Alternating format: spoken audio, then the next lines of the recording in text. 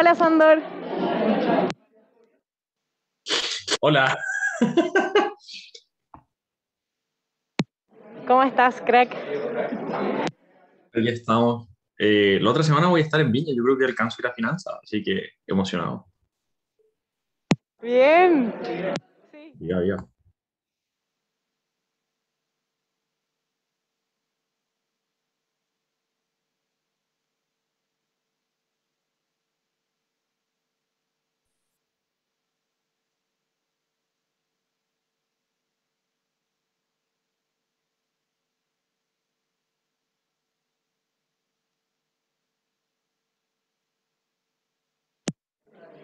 Oye, Sandor, ¿Ya? oye, ¿vaya a venir con el Rodrigo? No, Tomando Ah, asiento. Ya. Comencemos. Primero, como siempre, tengo que preguntar, por favor, si los que están en Zoom se escuchan. sí, profe.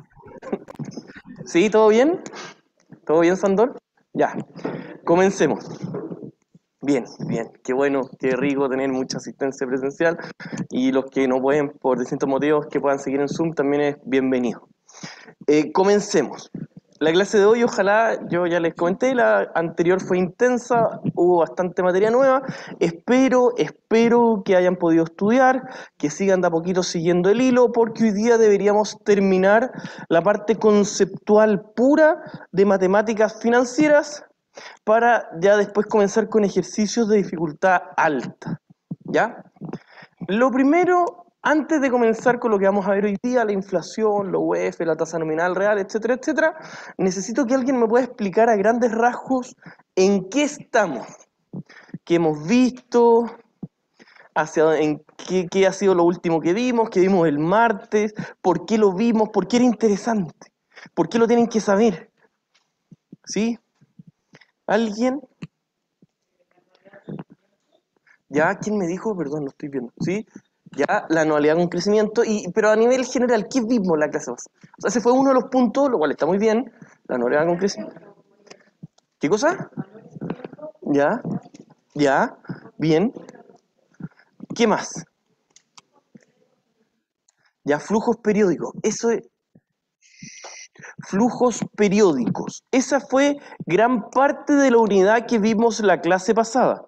¿Por qué nosotros necesitamos ver flujos periódicos? Porque para nosotros, el que sabe interpretar bien las fórmulas, el poder tomar toda la parte algebraica y poder complementarla con la parte conceptual de matemáticas financieras, es alguien que más o menos cacha esta cuestión. Por eso es tan importante para nosotros que ustedes puedan ir incorporando toda la parte algebraica, resumen de fórmulas, etcétera, etcétera, etcétera, para las matemáticas financieras. De nuevo les digo, toda fórmula es sumamente útil siempre y cuando ustedes la saben utilizar. Ahí está la dificultad. Ya entremos a hilar un poquito más fino. Nosotros vimos el martes flujos periódicos, ¿no es cierto? Vimos anualidad y vimos perpetuidad. Dentro de la anualidad nosotros logramos aprender que podemos calcular con una pura fórmula la anualidad, el valor presente, que es lo normal, el valor futuro.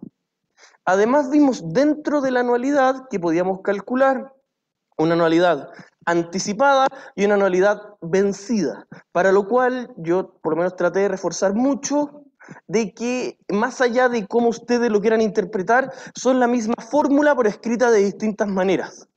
Es cómo lo interpretan. Luego empezamos recién a incorporar materias que están totalmente fuera de lo que ustedes habían visto, que era la G. ¿Qué es lo que era eso? Crecimiento, muy bien. Y ese crecimiento, ¿qué asumía? ¿Por qué es tan útil para nosotros? ¿Por qué nos sirve tanto en la parte algebraica ese crecimiento? Exacto, muy bien, muy bien, muy bien. Porque eso nos permite utilizar anualidades con flujos distintos cada periodo. Pero, ¿cuál era la principal restricción? Exacto, que el crecimiento más allá de la tasa, que el crecimiento entre cada periodo sea exactamente el mismo. Eso es lo que ustedes tienen que saber y por eso es tan importante el saber para cuándo puedo utilizar esa fórmula.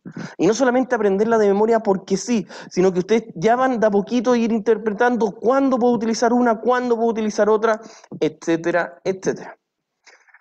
Incluso nosotros vimos con crecimiento y sin crecimiento el valor presente y el valor futuro de una anualidad. ¿Existe el valor futuro de una perpetuidad? ¿Qué les dije? No. ¿Por qué? Conceptualmente, ¿por qué?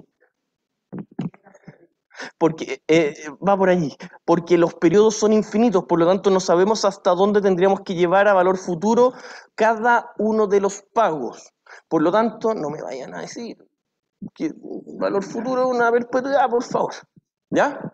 ¿Estamos claros? Estamos simplemente retomando lo que vimos la clase pasada.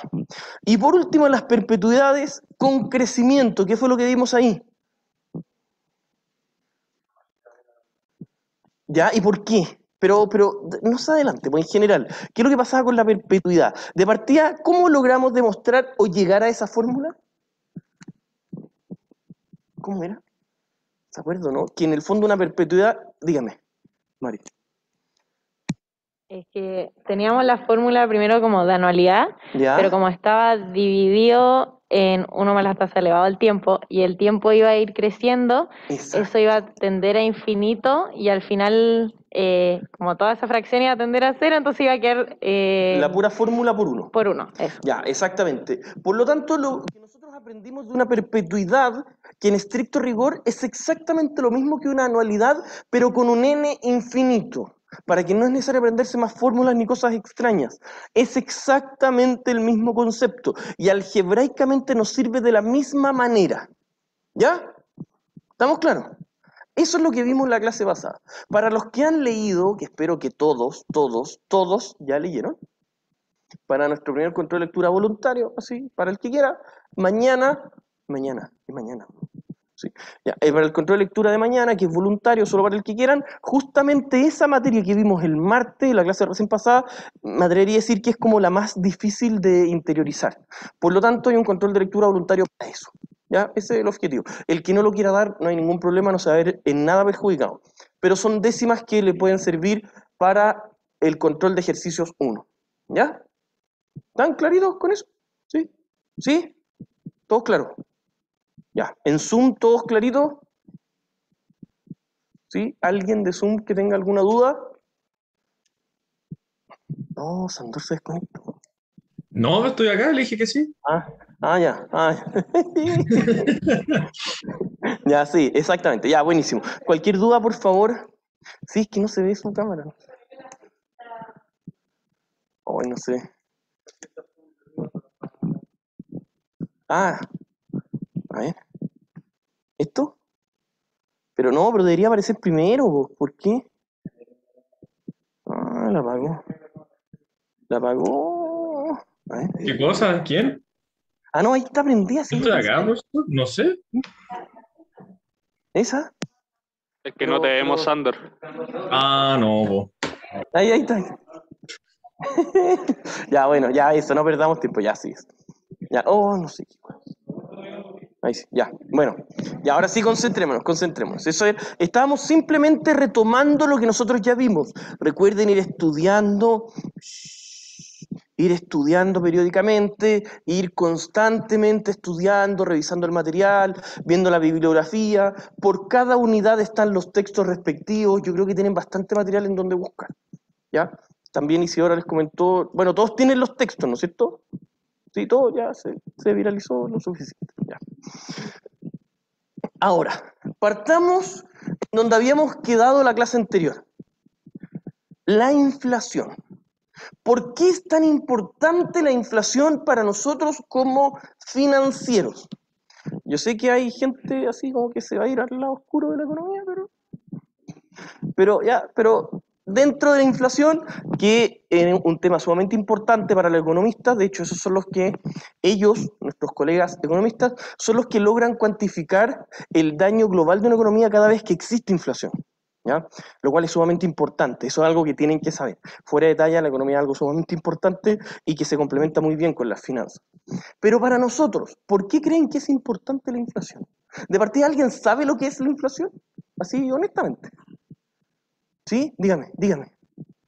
El aumento sostenido y generalizado del nivel de precios. Ya. Lo que quiere decir que, bueno, en este caso se hace con la canasta de bienes, pero 1 millón de hoy día no me va a rendir lo mismo que 1 millón en un futuro. Ya, exactamente. Por lo tanto, la inflación, ¿se acuerdan que cuando nosotros empezamos a ver esto de las tasas de interés, yo les comenté al principio de esta diapositiva, les comenté que incorporaba a la tasa de interés tres cosas? ¿Qué es lo que era? Y vimos dos y les dije más adelante vamos a ver la tercera, que es la inflación. ¿Cuáles eran los dos datos? El riesgo y el costo de oportunidad. Y el tercero es la inflación, que lo vamos a ver ahora. Por eso es tan importante para nosotros los financieros. Lo primero que tenemos que saber es que la inflación es cuando existe un alza estructural de los precios. Eso es la inflación. Es decir, cuando en promedio lo mínimo que se tiene que consumir cuesta más en un periodo que lo que valía antes. Alguien me dirá, pero profesor, ¿eso es normal por el hecho de que el paso del tiempo ya es normal? Sí, es normal, mientras se mantenga controlado. De acuerdo a unas estimaciones que hace el Banco Central, ¿cuánto es lo estimado que debería ser en Chile? Pero díganlo. Alrededor del 3%. Exacto. En estricto rigor, el Banco Central propone que sea entre el 2 y el 4. Esas son las bandas que propone el Banco Central. ¿Ya? Estamos claros. Y por lo tanto, la principal función del Banco Central de Chile, aunque no lo crean, es mantener la estabilidad de precios y la inflación. Ese es el objetivo de ellos. Y para eso es fundamental que sea independiente. Bueno, ya, pero no nos vamos a meter en ese tipo de cosas. Entonces, volviendo a lo nuestro, si la inflación es entre un 2 y un 4% aproximadamente, les vuelvo a hacer la pregunta, ¿en qué nos va a afectar a nosotros esa información con lo que hemos visto hasta ahora? ¿Cómo? Oiga, más o menos. ¿No? ¿Sí? ¿Alguien? Dígame. Como está incluida en la tasa de interés, ¿Ya? esto al variar también varía nuestra anualidad o perpetuidad. Ya, exacto. O sea, se acerca mucho, se acerca mucho. De hecho, es bastante más cerca de lo que pensé que podían más o menos ir analizándolo.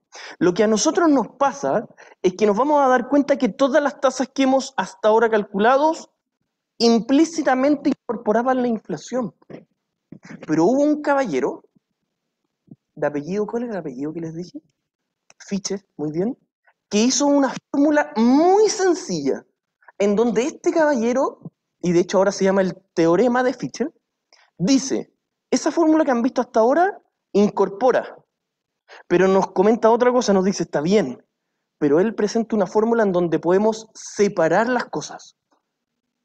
Esa tasa, separadita de la inflación, se llama tasa real, porque no tiene la inflación incorporada.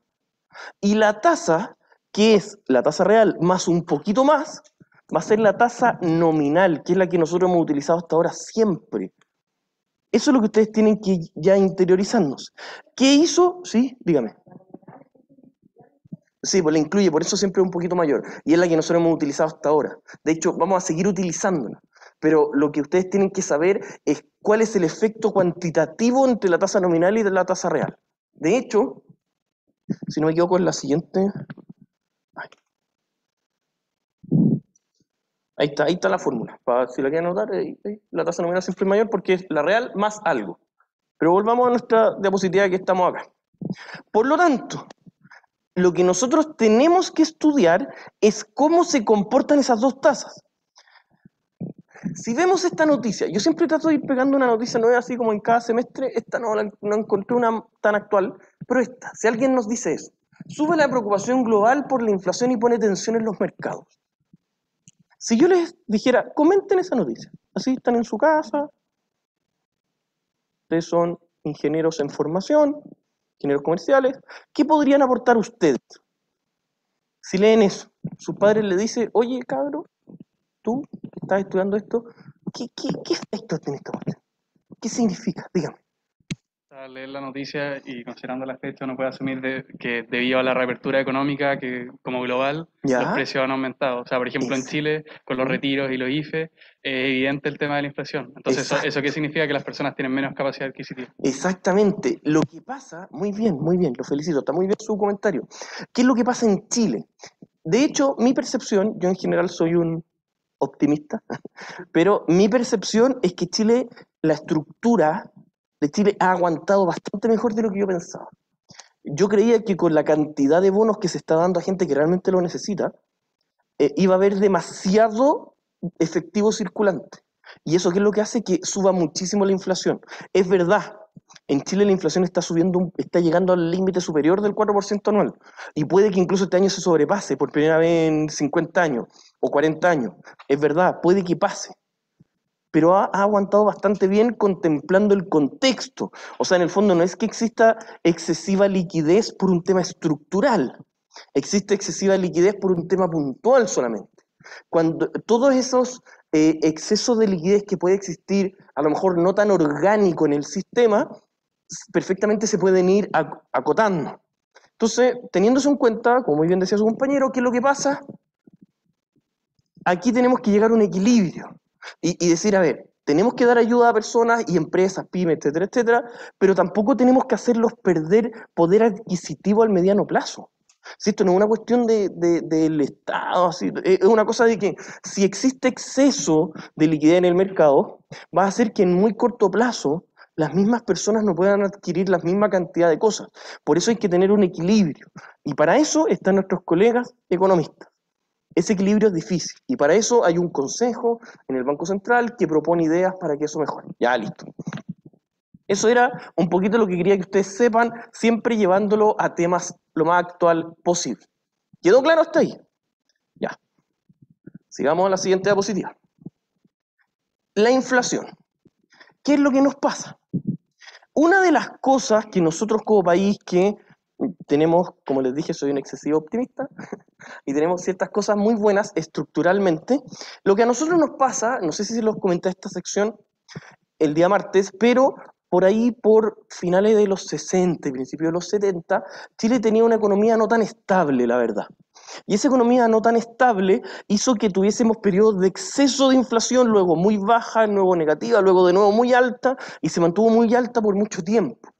Eso fue un costo para el Estado tan grande, que el país quedó con, podríamos decir, como con excesivo miedo de que eso vuelva a pasar. ¿Y qué fue lo que hizo estas personas que estudiaban esto? Crearon una segunda moneda en Chile. No sé si se los dije acá o no. Bueno, crearon una segunda moneda. Y esa segunda moneda está linkeada a la primera, que se llama esta, la UF. La UF es una moneda en la que se transa en Chile solamente. ¿Y cómo se calcula? Dígame. Que iba a preguntar, ¿y la UTM? La UTM también, pero la UTM no es una moneda transable, es una cantidad de veces la UF. Entonces, la UF es una segunda moneda que existe en Chile. No existe, no se imprimen billetes, etcétera, pero es una forma de transar dinero. ¿Qué es lo que pasa? ¿Ustedes saben cómo afecta o cómo varía una moneda en relación a la otra o no? ¿Estas dos? ¿No? ¿Ah? ¿No? ¿En Se ven serio? más que dos, profe. Yo lo vi. ¿Ya? ¿Y qué cosa era? Dependiendo de las expectativas de una, puede variar el precio de la otra, porque si se deprecia una, en comparación a la otra es más valiosa y la UF está como ligada a la inflación, entonces sube en comparación al precio a corta la inflación. Ya, como que le agregó harto condimento extra, pero sí. En lo medular sí. En lo medular sí. Lo que pasa es que la UF se calcula, por acá lo había dicho usted una parte, se calcula sumando el peso más la inflación del periodo. Eso es la UF. La UF puede subir o puede bajar. Existen periodos que a veces baja un poquito, pero principalmente por un tema estacionario. ¿Ya? Eso lo tienen que saber, lo tienen que entender como contexto. Yo soy convencido que no solamente tenemos que, dígame, pero acérquese al micrófono, pues. ¿Ese periodo de cuánto sería? ¿De un Un año? mes. ¿Un Una vez mes? al mes se ajusta la Ah, UEF. ya. De hecho, la UEF se calcula en 30 días calendario, se ve si existe o no, como decía su compañero, este cálculo en Chile. ¿Ustedes saben cómo se hace? Lo dijo por acá su compañero, pero ¿saben cómo se calcula esto, si existió o no existió inflación? ¿Cómo creen ustedes que se debería hacer? ¿Sí? Dígame, Mari. O sea, por lo que vimos en macro el año pasado, se podía sacar por la canasta del IPC o el deflactor del PIB. Ya.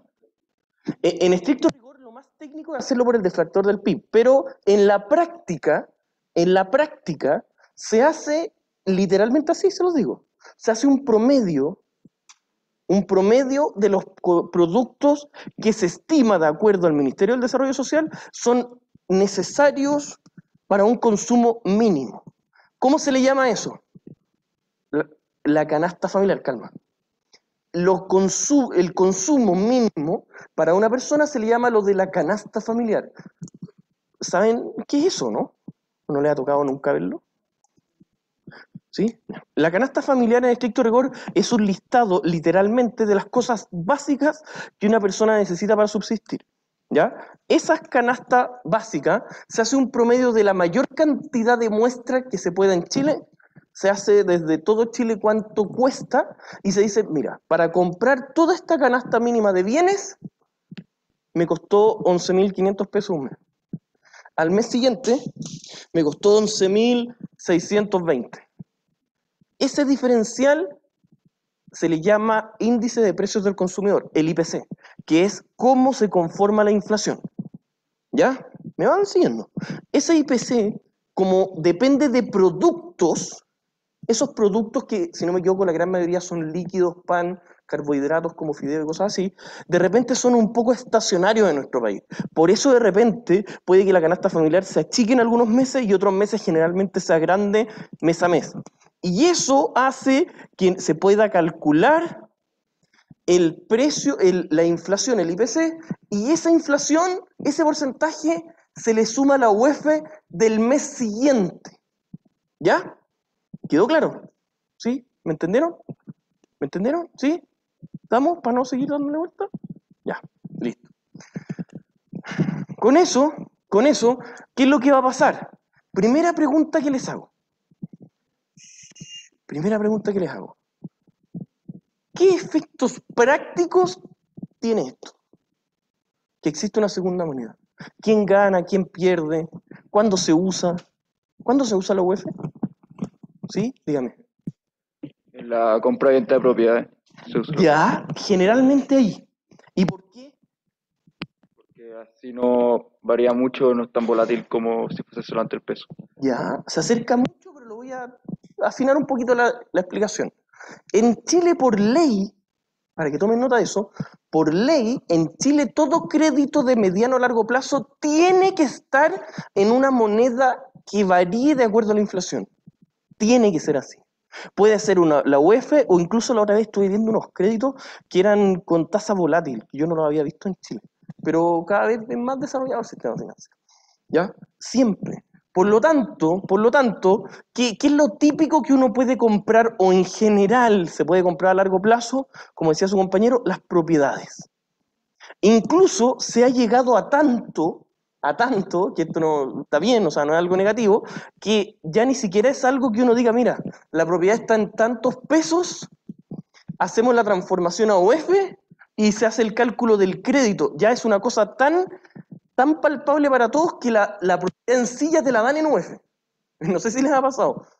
Como que uno tiende a pensar de que las propiedades se tienen que transar en UEF, no es así. La propiedad se puede transar en pesos y al momento de pedir el crédito siempre te lo van a dar en UEF. Esa es la razón en el fondo, para que ustedes lo tengan clarito. Lo último, ¿qué se pueden dar cuenta de este gráfico? Esto es pesos UEF. ¿Qué pasa con eso? Tiene una tendencia alcista. ¿Qué cosa? Una tendencia alcista. Ya, y ya, bien. ¿Y qué más? Eso demuestra, solo a modo de análisis, de que la inflación es sumamente estable.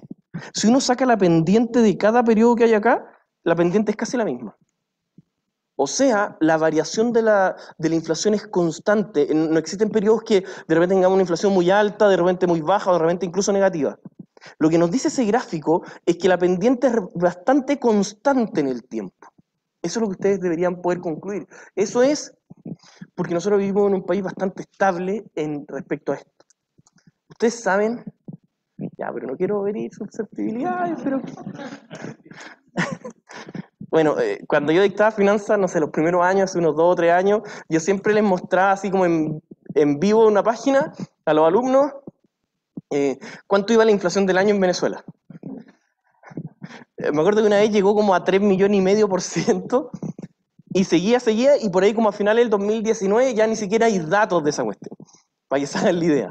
Y nosotros somos bastante estables. En los últimos 10 años no tiene ningún pic muy alto, se mantiene muy, muy estable. Eso es lo que es muy valorado. Además, ya, otro ejemplo, ¿ustedes saben cuánto es la inflación de Argentina? Más o menos, así. ¿Como el ¿Cuánto? 60%? ¿Cuánto? ¿60%? O sea, puede que al año llegue a 60, ahora iba como en un 45, en lo que va del año. Puede que, imagínense. Bueno, ya, sí es verdad. Nuestro país tiene muchas cosas negativas, pero tiene ciertas cosas igual positivas. Ya, sigamos avanzando.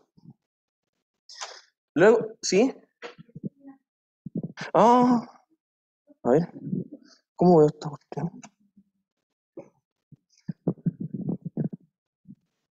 En el gráfico del UF de 2007 es una montaña rusa. ¿Qué pasó ahí? Ah, sí, bueno, es verdad, es porque en algunos momentos igual tiene sus variaciones. Y en el fondo, nos dice, por eso mismo, la universidad cobra en UF. Sí, bueno, no sé, yo prefiero no.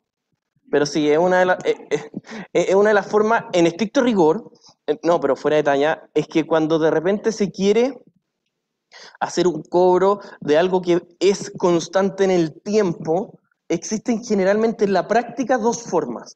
O que se reajusta un porcentaje tipo, por ejemplo, sube el 5% la tarifa de algo, como los arriendos, no sé si a alguno de ustedes les toca arrendar, pero generalmente los contratos de arriendo aparece, se reajusta un 5% la tarifa todos los años. Eso pasa. O lo otro, y de hecho yo creo que ahora está pasando más todavía, es que el arriendo se cobra en UF. ¿Por qué? Porque en el fondo no se vuelve a conversar hasta que termine el arriendo. Lo mismo pasa, o me imagino que pasa con la universidad. Yo no me acordaba que fuese en UF, pero bueno. Debe ser por lo mismo. En el fondo se fija una tarifa y uno se olvida y se reajusta automáticamente. No se trata de que se realice un reajuste extra. Dígame. ¿La UF puede ser traspasada de una persona a otra? O sea, por cuenta corriente o algo así. Sí, pues. Pero ¿Sí? lo que pasa es que es tan poco líquida que no hay muchos instrumentos financieros para poder transarlo. Yo soy de la idea, o yo creo, que en un mediano plazo, así como existen cuentas en los bancos en pesos, y uno puede abrir una cuenta dólar o una cuenta euro, uno debería poder abrir una cuenta en UF. Sí, totalmente. Lo que pasa es que todavía es muy poco líquida. Probablemente cuando tengamos un sistema financiero un poquito más desarrollado, que eso todos los años se va desarrollando, probablemente pase pronto. Es una muy buena pregunta, en general no me comentan eso. Ya, sigamos avanzando. Ya, por lo tanto, ya entrando en el área chica nuestra, vamos a tener la paridad de Fischer. Este caballero logró de una manera muy básica, yo admiro mucho a la gente que con palabras sencillas puede explicar cosas muy complejas o que tengan la capacidad de traspasar conocimiento de forma muy simple. Eso es lo que hizo este caballero, el señor Fischer. Nos explicó y nos dijo, miren cabros, o bueno, cuando publicó y se ganó el Nobel por eso, dijo, estimados colegas, les propongo que esta fórmula extremadamente sencilla puede representar de muy buena manera la diferencia entre una tasa que incorpora la inflación y otra que no incorpora la inflación. A esas le llamó tasa de interés nominal y tasa de interés real.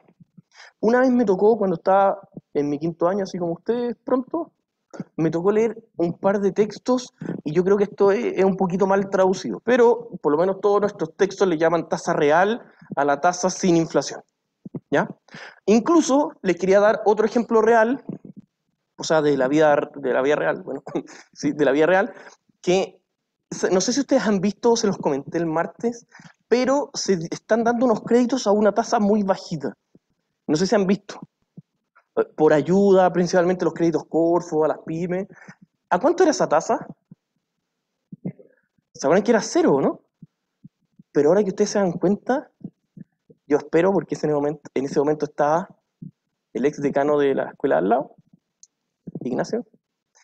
Él salió diciendo tasa cero. Pero igual tenía sus intereses. Lo que pasa es que era tasa cero real. Y lo que se cobraba era por inflación.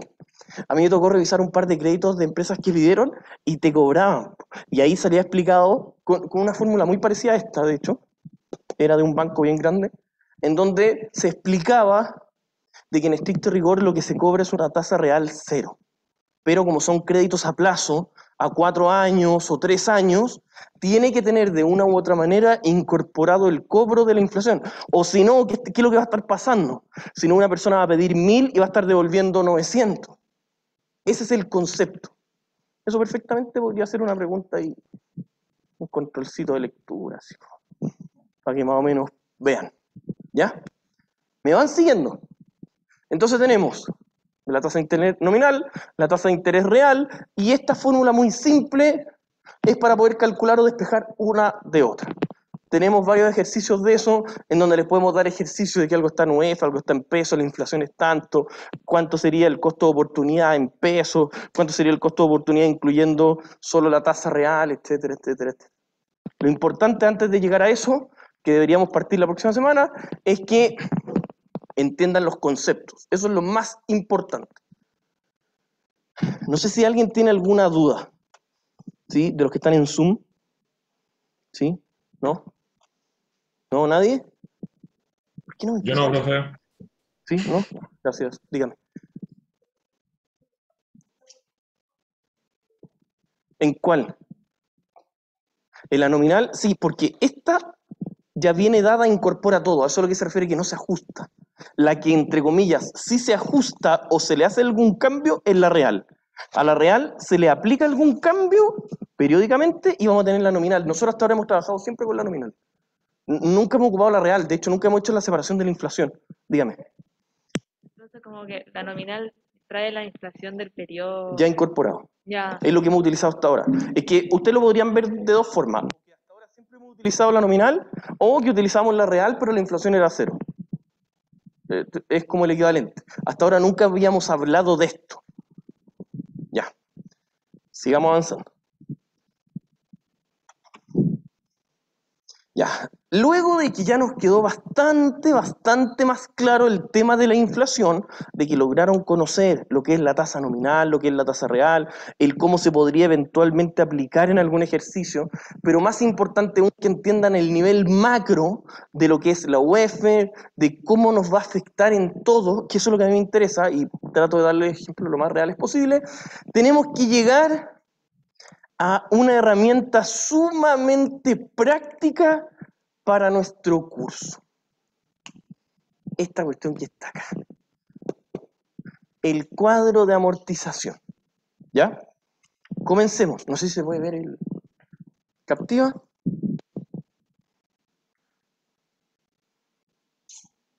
Cuadro.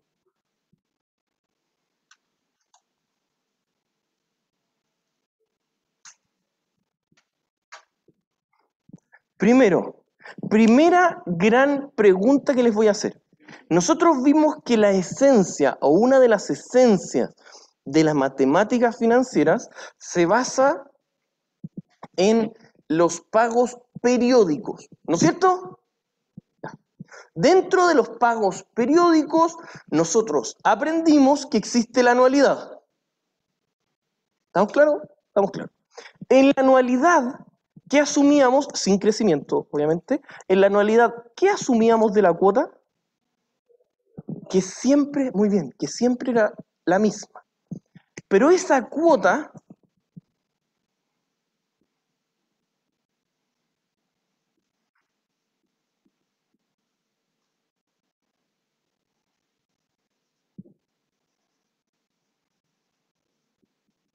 siempre es la misma. Si yo les digo que piden un crédito de 10.000 y lo pagan en 11 cuotas de 1.000. ¿Qué significa?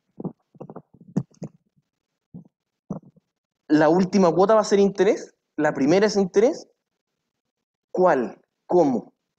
Pero díganme, pues, si yo sé que si nosotros pedimos un crédito de 10.000 y haciendo el cálculo algebraico, que eso vamos a tener mucho tiempo para eso y muchas ayudantías para eso, nosotros vamos a aprender de que luego de una tasa de interés, las cuotas van a ser 11 cuotas de 1.000 para devolver 10.000 de hoy. Y yo les pregunto, ¿la última cuota tiene interés? ¿La primera cuota tiene interés? ¿Algunas cuotas tienen interés? ¿Algunas son solo capital? ¿Qué? Dígame. Ah, está callado. ¿Cómo está acá? Oye, podría sentarse. No está en micrófono, digo yo. Ya.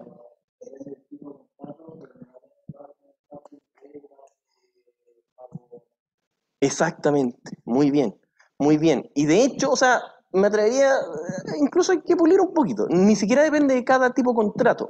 La anualidad siempre, todas las cuotas, si no algebraicamente no nos da esta cuestión, en la anualidad todas las cuotas son de capital e interés. Todas tienen ese mix.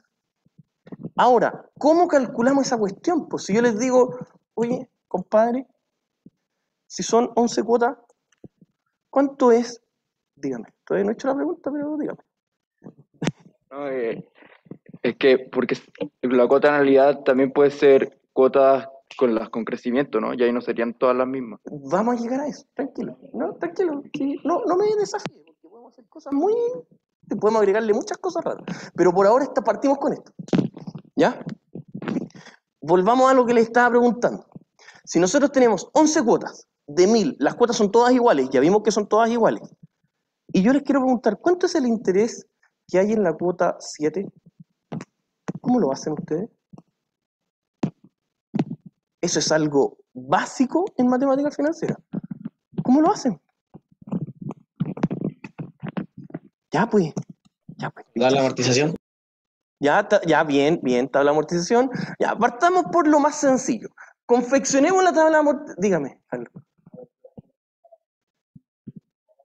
Sí, pues. Tenemos la tasa, tenemos todos los datos. ¿Cómo lo haríamos? La primera alternativa, más tediosa, puede ser, no tiene nada en contra, pero es más tediosa, es hacer la tabla de amortización. ¿Cómo se hacía? ¿Ya? ¿Qué más?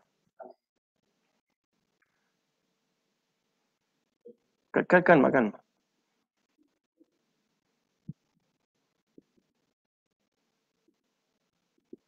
¿Ya? ¿Ya? ¿Ya?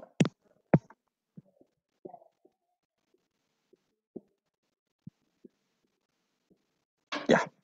Vamos a ir por parte. Yo sé que algunos se deben acordar de esto, pero tengo que repasarlo porque vamos a agregarle más información de lo que saben.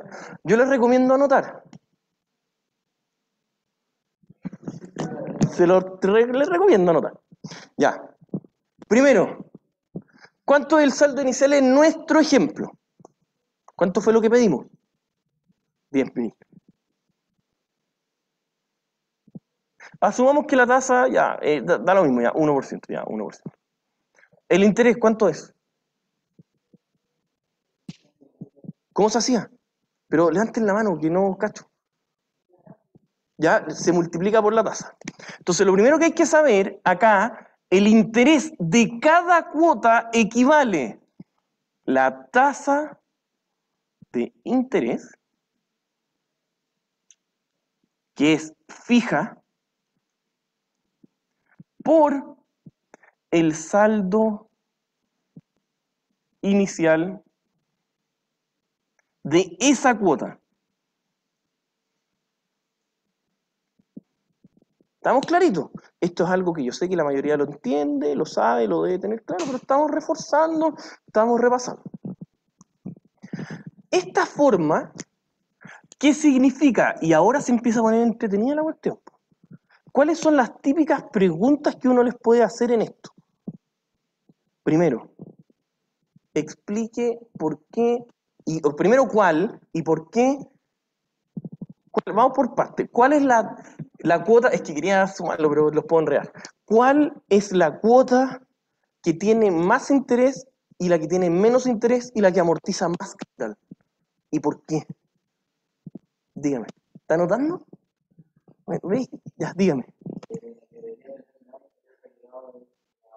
¿Cómo agregado? ¿Por qué le pone nombre raro al tema? ¿Ya? Exacto. Usted estaba levantando la mano, no sé si quería decir eso. Ya. Primero. Ah, sí, verdad. Lo que nos comenta su compañero es que la primera cuota es la que debería tener más interés. Y está muy bien. Oigan, ya pues, concéntrense. Entonces, puntos a tener en cuenta en una tabla de amortización. La mecánica probablemente la saquen rápido y probablemente muchos ya lo saben. Lo que a mí me interesa es que sepan interpretar lo que está pasando ahí. Esa es la diferencia en este curso de finanzas. Primero, ustedes tienen que tener la capacidad de interpretar y entender por qué la primera cuota siempre es la que genera más intereses. ¿Por qué? ¿Por qué, pues? Dígame. Está procesando. ¿Sí? Dígame, Mari. ¿Sí? ¿No? ¿O en la casa quién está? ¿Sandra? Dale nomás, Mari.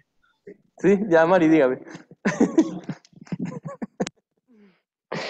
Porque se va, o sea, cada vez que se va como amortizando el saldo insoluto final va a ser como menor, entonces después Ya. los intereses, o sea, va a ser el mismo porcentaje, pero De un monto menor. a un monto menor. Perfecto. Esa es la parte mecánica, muy bueno saberla.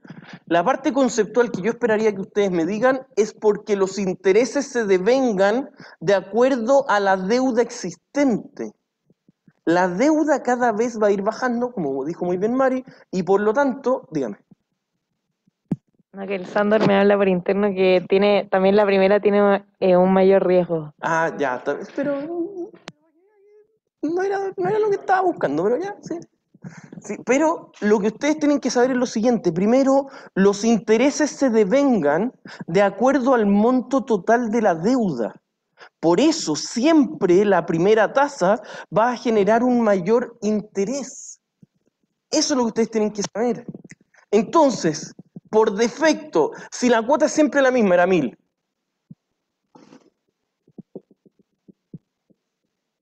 Si la cuota siempre es la misma y la primera cuota incorpora más intereses que el resto, ¿qué podemos decir de la amortización? Exacto, que la primera cuota es la que menos amortiza capital, se le llama, o que menos disminuye deuda en relación a las demás. Eso es lo que ustedes tienen que saber y entender. Anótenlo, anótenlo. Y más encima chacoteando. Pero por último, calladito ahí, sentadito. Dígame. ¿El interés? Sí, sí, ningún problema. Perfecto. Ve, Carlos, hay gente que quiere entender, que quiere aprender. ¿Profe? Sí, dígame. Dígame. Perdón, alguien me habló. Bueno, alcanzó. ¿Puede repetir la idea que dijo que Sí, había que anotar? voy. Sí, perdón, que a veces me distraigo en la sala. Lo primero que tienen que saber es que siempre la primera cuota devenga más intereses. ¿Por qué? Porque el porcentaje que uno debe es mayor, siempre. Mientras mayor sea la deuda que uno tenga, mayor es lo que va a deber, o lo que va a, comillas, devengar intereses. Eso es. Esa es la explicación. Si uno tiene una deuda menor, necesariamente si uno tiene una deuda menor, uno va a devengar o se le van a generar menos intereses. Ya, ¿estamos claros? Sigamos avanzando. Dígame. Pero, como, ¿por qué importa saber que la primera deuda tiene... Ah, ahora voy a llegar. Pues Bueno, sí, lo que dijo ahora sí. recién. Pero así como diciendo, ¿y para qué me sirve esta wea? ¿Y para qué me... Sí, ya voy, ya le voy a llegar. Dígame. Exactamente, porque todas las cuotas, ¿sí? Ah, no se le escucha, sí. Ah, verdad, sí. No, sí, no. No, por eso tenéis que estar calladito, calladito. Ya, sigamos avanzando, por favor, para que no nos atrasemos, dígame. Ya, sigamos. Entonces, ¿qué es lo que yo quiero que ustedes interpreten? Primero, que ustedes sepan interpretar que las primeras cuotas, específicamente la primera, es siempre la que devenga más intereses y la que amortiza menos a la deuda total. Listo. ¿Por qué? ¿Cómo podemos saber eso? Porque la cuota es siempre la misma. Y este valor que está acá cada vez se va achicando más, y este valor que está acá cada vez se va agrandando más. Dígame. Puede ser que sea solamente amortización. No puedes, no, pero puede que sea prácticamente 100% amortización, pero no puede ser 100. Tiene siempre que tener, aunque sea un poquito de interés, por un tema algebraico. Por lo tanto, entonces, ¿para qué nos sirve eso?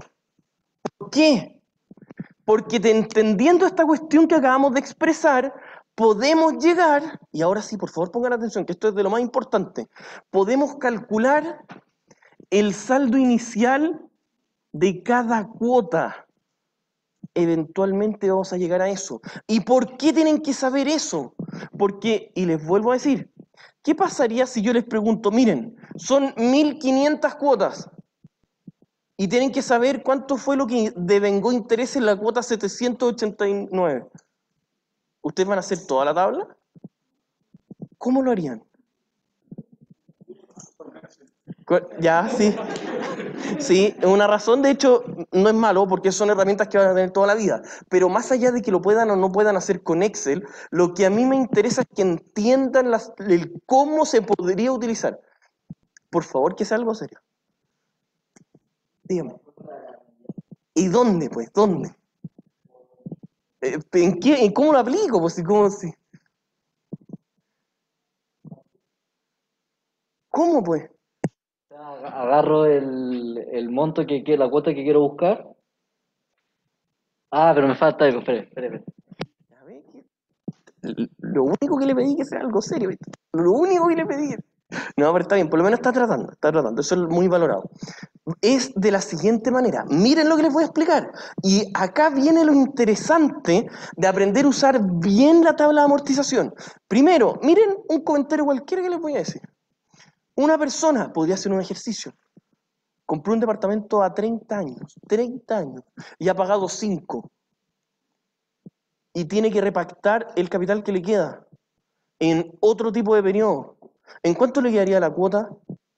Eso es un ejercicio extremadamente básico, es como letra A. Pero es para que se hagan la idea de que esta cuestión que está acá la tienen que utilizar. Si yo les digo, ya, pues no se rían.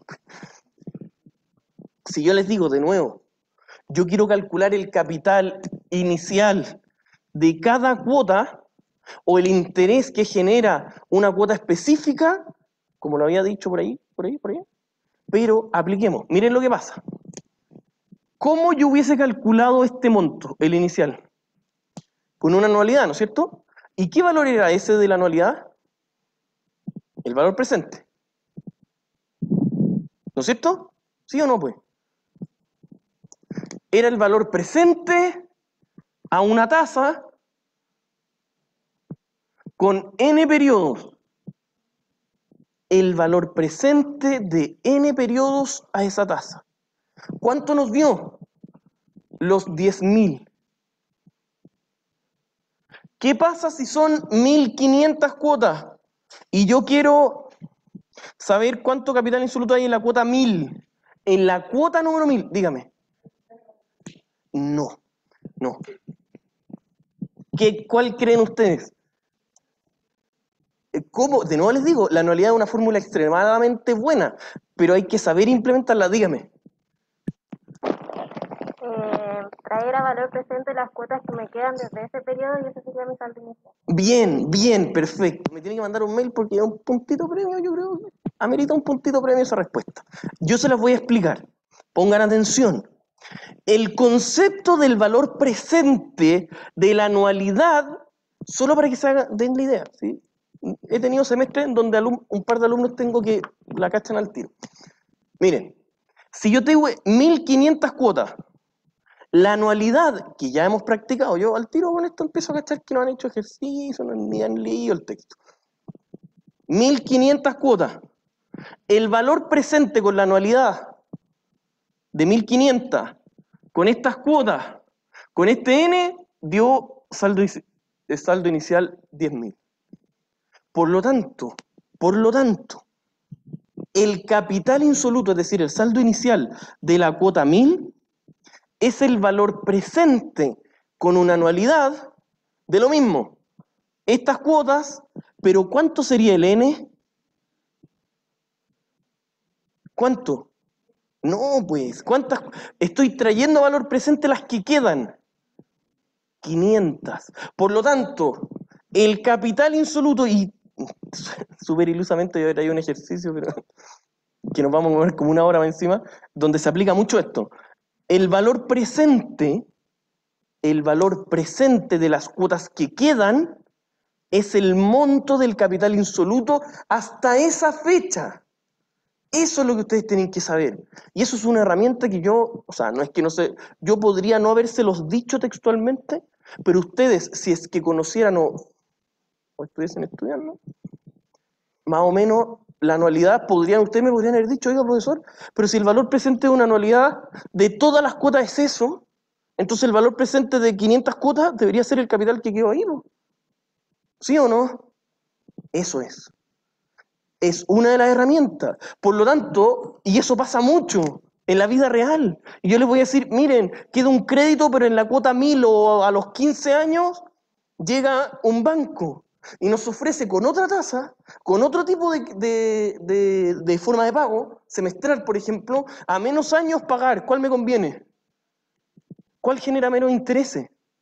Ahí va a estar la estrategia que ustedes van a tener que usar como financieros. Eso es lo que yo quiero que lleguen a aclarar ese tipo de dudas. Por lo tanto, y si ustedes tienen este monto que está acá,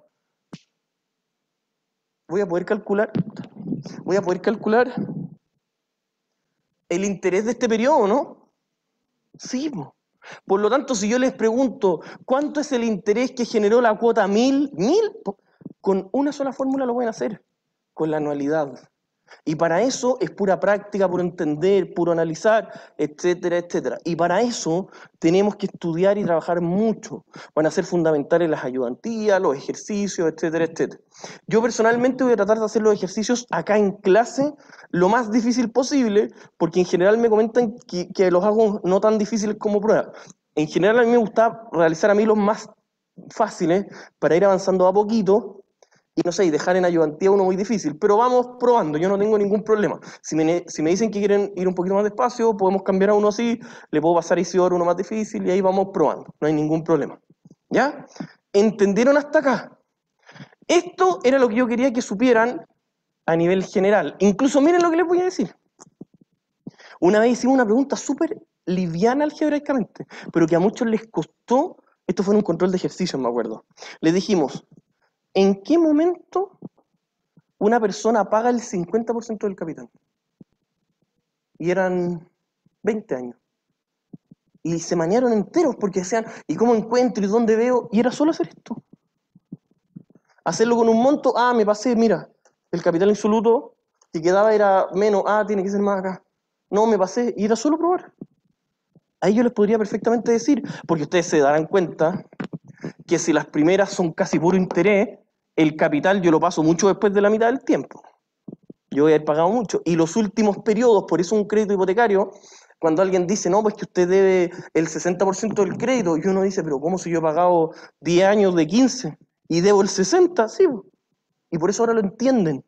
Porque el capital que queda es el 60%. ¿Ya? ¿Quedó claro? Volvamos entonces a nuestras diapositivas.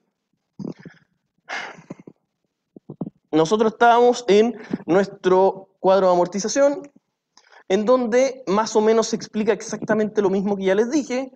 El saldo inicial corresponde al monto adeudado al comienzo del periodo. Los intereses es el monto devengado en el periodo por la tasa de interés, ya lo que acabo de hacer, sí, de hecho lo redacté. La cuota es el monto a pagar en cada periodo y siempre es igual. Como dijo su compañero, podemos ponernos creativos con una tablita con crecimiento y más desafiante. Luego, tenemos la amortización, que es el monto, corresponde al monto en que disminuye el capital adeudado por cada cuota. En una anualidad siempre varía en cada cuota ese monto, siempre. Mientras más avanza, lo que va amortizando es cada vez mayor, siempre. ¿Por qué? Porque lo que devenga intereses es proporcional a la deuda y la deuda va disminuyendo en cada pago. Y por último, a medida que se avancen las cuotas, el valor del interés tiene que disminuir y el de la amortización aumentar. Esto se debe a que el saldo inicial ya estamos claros.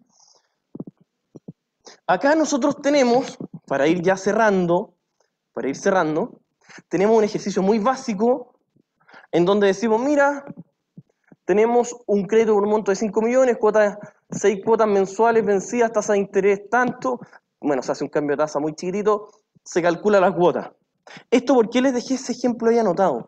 Porque de repente podría yo trabajar en Excel, pero no me gusta tanto, me gusta más en la sala hacerlo con pizarra. Pero acá hay un ejemplo ya resuelto con solo 6 pagos. Y miren qué es lo que pasa. Nosotros podemos ver que el interés partió con 36.000, 30, 24, 18, 12 y 6. El interés por cada cuota va disminuyendo y disminuye exponencialmente. Disminuye muy brusco. Y lo mismo pasa con la amortización. Partió con 8.18 solamente y aumentó a 8.48. Hagan el ejemplo. Yo los desafío a eso. Traten de practicar. Realicen exactamente lo mismo que yo hice acá, a mano. Háganlo en Excel. Pero primero tienen que hacer ¿qué cosa? Calcular la cuota. Calculen la cuota. Ahí. Va. Ahí. Calculen la cuota, pero en vez de N6, háganlo con 10.000. Si en Excel no les complica nada. Y la tabla de amortización la toman y la arrastran 10.000 periodos. Lo pueden hacer de más. Llegan hasta abajo nomás. Y con eso van a poder ir viendo y mira cómo baja. ¿Y por qué se los digo? Porque de repente uno llama mucho la atención de que cuando son muchísimas cuotas, como los primeros 3 años no amortizan nada la deuda, son casi puro interés. Véanlo, analícenlo. Creo que puede ser un ejercicio muy bueno para ustedes. Y con eso cerramos. El próximo martes partimos con un ejercicio que ya lo dejé arriba. Traten de hacerlo, es difícil. De hecho, la letra A es muy difícil. Pero lo vamos a resolver en clase. El lunes tienen ayudantía. ¿Alguien le complica? No, bueno, es que tiene que ser en ese horario, si no después buscamos otro. El lunes tienen ayudantía.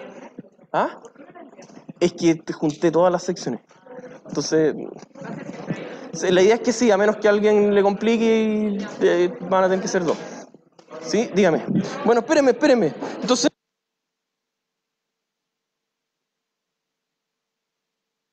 Se colapsó. Nos vemos, podcast. Pucha ya. Chao. Completo. Bueno.